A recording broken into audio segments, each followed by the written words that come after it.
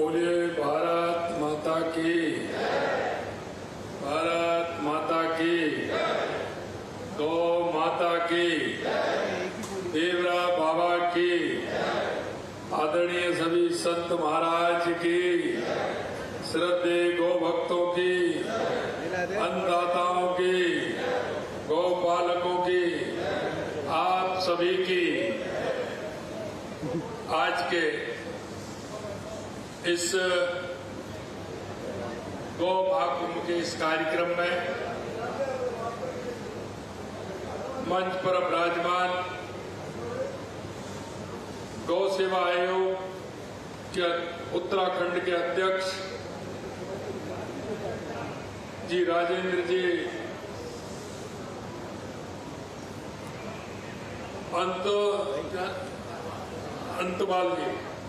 अंतपाल जी, गौ सेवा आयोग के अध्यक्ष उत्तर प्रदेश श्याम बिहारी गुप्ता जी, हमारे जयपुर जिले की जिला प्रमुख श्रीमती रमा चोपड़ा जी, कोऑर्डिनेटर गौ महाकुंभ नवरंग जी, प्रथम गोपालन रत्न अवार्डी सुरेंद्र अवाना जी, कार्यक्रम के संयोजक संजय अग्रवाल जी, परम पूज्य महाराज विमर्शानंद गिरी महाराज जी, शिवबाड़ी बीकानेर, विधायक अलीगढ़ विधान परिषद सदस्य श्री ऋषिपाल सिंह जी, हमारे पार्टी के प्रवक्ता लक्ष्मीकांत भारद्वाज जी, जगवीर जी, हमारे फर्स्ट इंडिया के भाई पवन जी, सभी हमारे संतगण, सभी इस कार्यक्रम में आए मेरे पूजाइयों, बुजुर्गों, नौजवान दोस्तों, माता और बहनों, सबसे पहले तो मैं आप सभी को धन्यवाद देना चाहता हूं कि एक अच्छे काम के लिए सभी यहां आप एकत्रित हुए हैं। दूसरा धन्यवाद मैं आयोजकों को देना चाहता हूं कि उन्होंने ये गौ महाकुंभ जो आयोजित किया है, मैं समझता हूं कि निश्चित रूप से हमारे उन गौ भक्तों की, गाय प्रेमियों की, हमारे पूज्य संतों की वो आत्मीयता के कारण ये गौ महाकुंभ प्रारंभ हुआ है। मैं उन सभी को जिन्होंने इसमें हिस्सा लिया है और जिन्होंने ये कार्यक्रम आयोजित किया है, मैं उन सभी को बहुत बहुत शुभकामनाएं देता हूं, बहुत बहुत बधाई देना चाहता हूं। क्योंकि अगर आप ये देखोगे तो ये मन की कल्पना नहीं है, ये एक हमारी संस्कृति से जुड़ा हुआ बहुत बड़ा काम आप लोगों ने किया है। मित्रों, जब हम गांव में सुबह जगते हैं और पहली जब सूरज की किरण निकलती है और हमारी आंखें खुलती हैं, तो हमारे गांव में जो आवाज हमें गौ माता की सुनाई देती है वो हमारे कानों में जाती है और वो हमारी हमेशा शुभकामनाएं, उनके मुंह से निकला हुआ एक रवाने का जो शब्द है वो हमारे जीवन को आगे बढ़ाने का काम करता है। ये केवल आवाज नहीं बल्कि हमारी सनातन संस्कृति की आत्मा की पुकार होती है। और आप देखते हैं गांव में जब पहले शादी होती थी, पंडित जी के पास जाते थे तो अगर सबसे शुभ मुहूर्त माना जाता है तो वो गोधूली का माना जाता है। और वो ये कहते हैं कि मेरी शादी हो रही है, मेरे बच्चे की शादी हो रही है, बेटी की शादी हो रही है, तो इसका जो मुहूर्त है वो गोधूली का होना चाहिए। अब आप ये देख सकते हैं कितना शुभ जो वो गोधूली का समय होता है, कितना शुभ माना जाता है। और हर व्यक्ति, माता पिता की इच्छा होती है कि मेरी बेटी या मेरे बेटे की शादी गोधूली के नक्षत्र में हो, जिससे मेरे बच्चों का और बेटों का परिवार सुखी रहे और समृद्ध बने। ये हमारा समृद्धि का कहानी भी है। मैं आपसे कहना चाहता हूं कि हम एक एकत्रित हुए हैं दिव्य माता की महिमा और गुणगान के लिए। हमारे लिए गाय का दूध नहीं, एक औषधि भी है और हमारे जीवन को उद्धार करने वाला भी है। और इसलिए मैं आपसे कहना चाहता हूं, गौ माता के बारे में सुनना अधिकतर पसंद करते हैं। अगर जब हम कहते हैं तो वो भावना भी उनकी निकल करके आती है, लेकिन जिस तरह की भावनाएं हैं हम उसको साकार रूप नहीं दे पाते हैं। मैं आपसे इतना ही निवेदन करना चाहता हूं कि गौ माता के लिए आप सभी को आगे आना होगा, क्योंकि ये हमारे जीवन में उन्नति लाती है। ये हमारे जीवन में हमारे कष्टों को बिल्कुल समाप्त कर देती है। गौ माता आप बिल्कुल देख लीजिए, सुबह अगर कहीं आप निकलते हैं तो वो जब तक आप घर से निकलते हैं तो गौ माता आपकी तरफ यूं अपने गर्दन को मोड़ते हुए एक दरवाजे तक देखती है कि मेरा ये भाई जा रहा है। और जब अगर आपकी आवाज घर से बाहर आप आते हैं, अगर आपकी आवाज सुन लेती है, अगर वहां आप जाते हैं तो आपकी तरफ ही देखती है और आपकी तरफ वो ये कहती है कि ये मेरा भाई गया और बहुत ही आ गया, और ये बहुत उसको प्रसन्नता होती है। आप उसको ये नहीं कह सकते। गाय की माता के जो अंदर का भाव है वो हमारी माता से कम नहीं है। गौ माता का भाव माता से भी बढ़कर है, ये हमें ध्यान रखना चाहिए। मैं इतना कहना चाहता हूं कि देवरा बाबा गौ सेवा परिवार के इस आयोजन का बीड़ा जो उठाया उन्हें मैं धन्यवाद देता हूं। जहां गौ की पूजा होती है वहां समृद्धि भी होती है और संस्कार दोनों वहां वास करते हैं। भाइयों बहनों, मैं गर्व से कहना चाहता हूं कि राजस्थान के अंदर हमारी सरकार ने गौ माता और किसानों के कल्याण के लिए अभूतपूर्व कदम उठाए हैं और मेरे जीवन में गाय माता का बहुत बड़ा महत्व है। मैं जब भी गांव में रहता था तो गाय रहती थी। मैं आया, लेकिन मेरे लिए रहने के लिए जगह कम थी, लेकिन जब मैं भरतपुर आया तो मैंने पहले मेरी गाय का रहने के लिए पहले मैंने उसका स्थान बनाया, उसके बाद मैं आया। हमेशा मैंने गाय रखी और अब भी मैं जिस दिन मैं मुख्यमंत्री बना और मेरे मुख्यमंत्री आवास में पहले मेरी गाय पहुंच गई, उसके बाद मेरा गृह प्रवेश हुआ। गाय के दर्शन मात्र से मन में प्रसन्नता हो जाती। सुबह जग करके अगर गाय माता के आपके दर्शन हो गए तो उससे बड़ा और कोई नहीं है। क्योंकि मैं आपको कहना चाहता हूं, हम आप आज के युग में आ गए, लेकिन हमारे बुजुर्गों से, हमारे पूर्वजों से अगर आप पूछोगे तो हमारी समृद्धि का कारण हमारी गौ माता और हमारा गौवंश रहा है। हमने देखा गांव के अंदर, हम देखते थे जब पहली आषाढ़ की बारिश होती थी, पहली बारिश होती थी, हम देखते थे जब खेती की बुवाई के लिए जाते थे, गाय माता जब हमारी होती थी, गाय माता का पूजन करते थे। अब जब बैल आते थे तो घर के आगे आगे खड़े हो जाते थे। माता बहन हमारी घर से निकलती थी, वो जो बोने के लिए जाते थे उसका भी पूजन करती थी और सर पर जो बीज होता था उसकी भी पूजन करती थी और बैलों का भी पूजन करते थे। और वो बैल जब जाते थे तो माएं गीत गाती थी कि हमारी समृद्धि का स्वरूप है। बदलते परिवेश में कुछ अंतर आया है, लेकिन मैं आपसे एक बात ही कहना चाहता हूं, आप गाय माता को हमेशा समृद्धि के रूप में देखिए, आर्थिक मजबूती के रूप में देखिए। किसान भाई मेरे हैं यहाँ, जगवीर जी बैठे हैं और भी कई हमारे किसान भाई बैठे हैं। किसान को खेती में तो बचता है, लेकिन हमारे जो गौवंश है उसको भी आप देखते हैं गौधन के रूप में देखते हैं। वो हमारा धन है और हमारे आर्थिक मजबूती में हमारे उसका बहुत बड़ा योगदान है। इसलिए तो हम गोपालक हैं, क्योंकि भगवान वसुदेव के कितने थे? 12 लाख। भगवान वसुदेव के 12 लाख थे।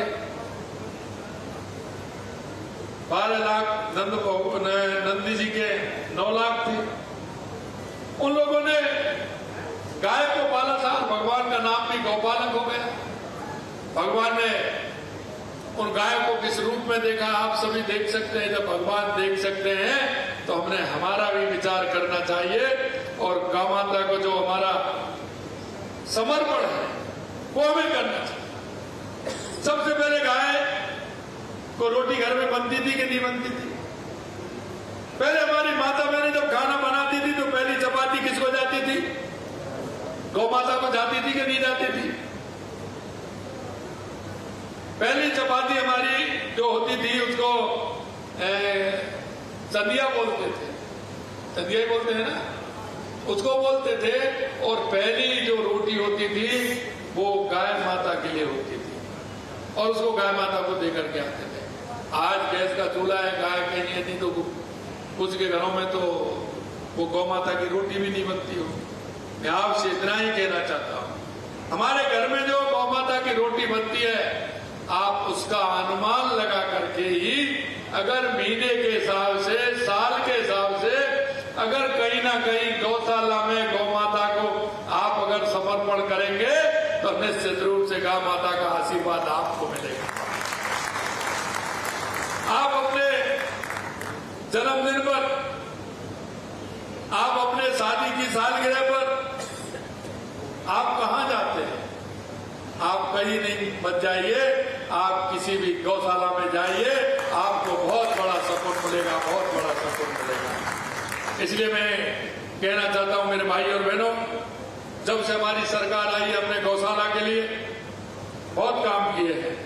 हमारी सरकार ने गौशाला संवर्धन योजना के लिए 2791 करोड़ रुपए राशि का अनुदान भी दिया है और अभी हमने गाय गौशाला हमारी समृद्ध बने 100 गौशाला में गौकाष्ठ मशीनें विशेष रियायती दर पर उन्हें भी देने का काम किया है। प्रत्येक पंजीकृत गौशाला को मेरे से कहा था, हमारे कई गौशाला वाले आए थे क्योंकि 35 रुपए थे पहले, उन्होंने कहा कि साहब 5 रुपए 8 रुपए बढ़ा दीजिए। फिर 5 रुपए 8 रुपए क्यों बढ़ा दें? जितना गाय का भोजन होता है उतना करेंगे। हमने 50 रुपए गाय के लिए किया और 25 रुपए प्रतिदिन हमने बछड़े के लिए और 50 रुपए गाय के लिए किया। 341 गौशाला में आधारभूत सुविधाओं का निर्माण कराया गया। नंदीशाला सहभागिता योजना के तहत पंचायत स्तर पर आधारभूत संपत्तियों के निर्माण के लिए 62 करोड़ रुपए से अधिक राशि आवंटित की गई।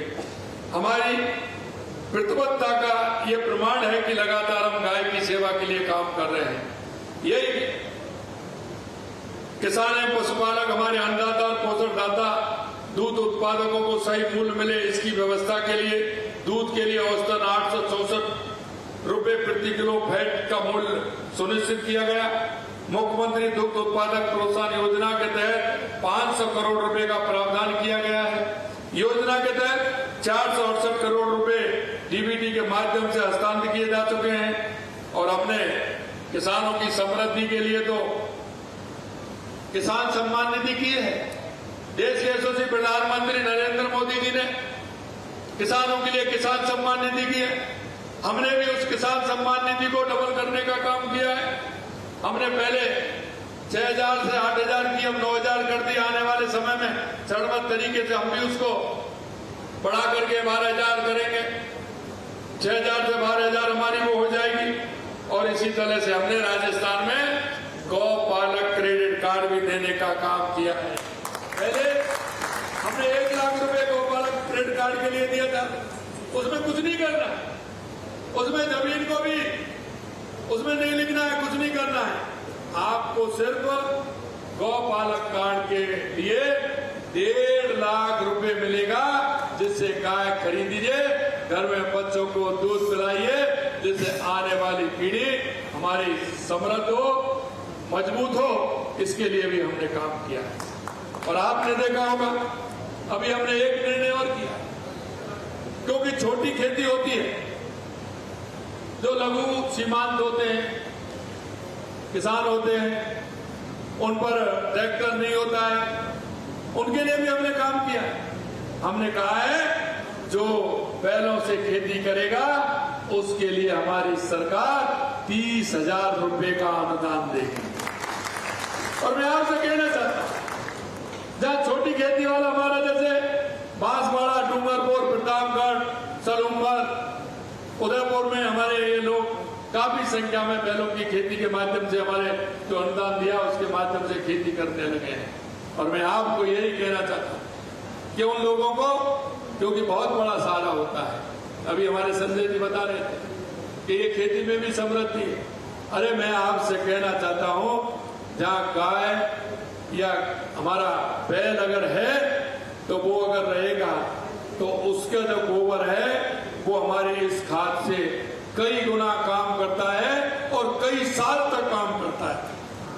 अगर वो हमारा बैलवा रहेगा तो उसकी समृद्धि और होगी कि वो गोबर जो हमारे खेतों में जाएगा तो हमारी उपज भी उससे बढ़ेगी। मैं यही कहना चाहता हूं, राजस्थान केवल कृषि प्रधान राज्य बनकर ना रहे, बल्कि आने वाले समय में पूरे भारत का सबसे बड़ा डेयरी हब भी बने।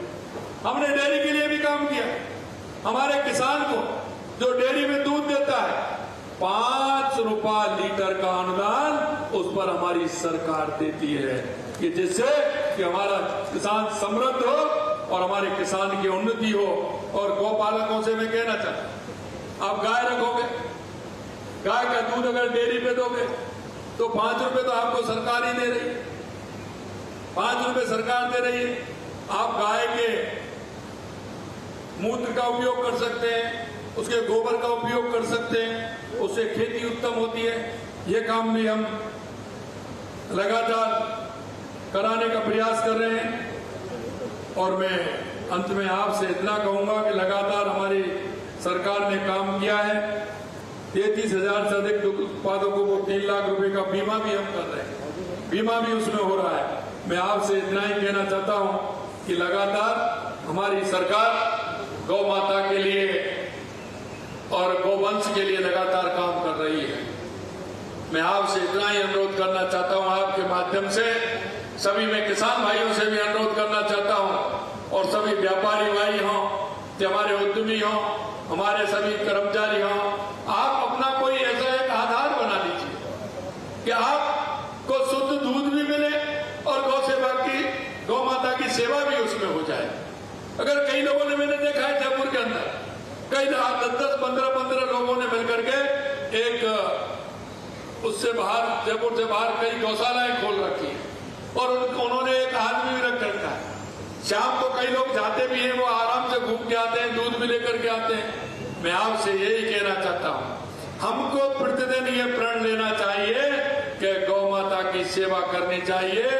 गौ माता के ग्रास के लिए हमें जो हमारे घर की परंपरा थी, हमारी संस्कृति थी कि पहली रोटी गाय को जानी चाहिए, तो जानी चाहिए, जिससे हमारी गौ माता का पूरी तरह से व्यवस्था हो सके। इस महाकुंभ में 3 बड़े संदेश मिलते हैं। पहला गौ माता की रक्षा करना। हमारी गौ माता हमारे जीवन का आधार है। हमें सुनिश्चित करना कि कोई भी गाय भूखी ना मरे, भूखी ना रहे, गौशाला संसाधनों की कमी ना रहे, हर व्यक्ति अपने स्तर पर गौ सेवा का कार्य करे। दूसरा, किसानों को सशक्त करने का। किसान केवल खेतों से नहीं, किसान हमारे दूध, दही, घी और इससे भी समृद्ध होते हैं, तो इस काम को भी करेंगे। हमें किसान पता है कि आधुनिक तकनीक से खेती करता है, लेकिन गाय माता का कोई मुकाबला नहीं है। अगर आप गाय घर में रखेंगे तो आपकी समृद्धि भी आएगी और पैदा भी अच्छी होगी। इतना मैं आप सभी से कहना चाहता हूं। ये कार्यक्रम जो आपने रखा है उसके लिए मैं बहुत बहुत बधाई देना चाहता हूं और आप सब गौ माता के कार्यक्रम रख करके निश्चित रूप से आपके मन को बहुत बड़ी शक्ति भी मिली होगी और शांति भी मिली होगी और आपका हौसला भी बड़ा होगा। आप इसी हौसले से काम करते रहें। और आज गौ माता की सेवा करते हम अपनी संस्कृति और अपनी अर्थव्यवस्था और पर्यावरण का भी ध्यान रखते हैं। और मैं तो ये कहता हूँ कि हमारी संस्कृति है कि हम नदियों को भी पूजते हैं, हम पहाड़ों को भी पूजते हैं, हम पेड़ों को भी पूजते हैं। गाय माता हमारी पूज्य है, हमारे जीवन का आधार है। हमारी गाय माता को ध्यान रखते हुए हम हमारी गाय माता का ध्यान भी रखेंगे और अपने राज्य को, अपने देश को समृद्ध भी बनाने का काम करेंगे। आप सभी इस महाकुंभ में आए हैं और ये महाकुंभ लगा है, आप सभी को मैं धन्यवाद देना चाहता हूँ।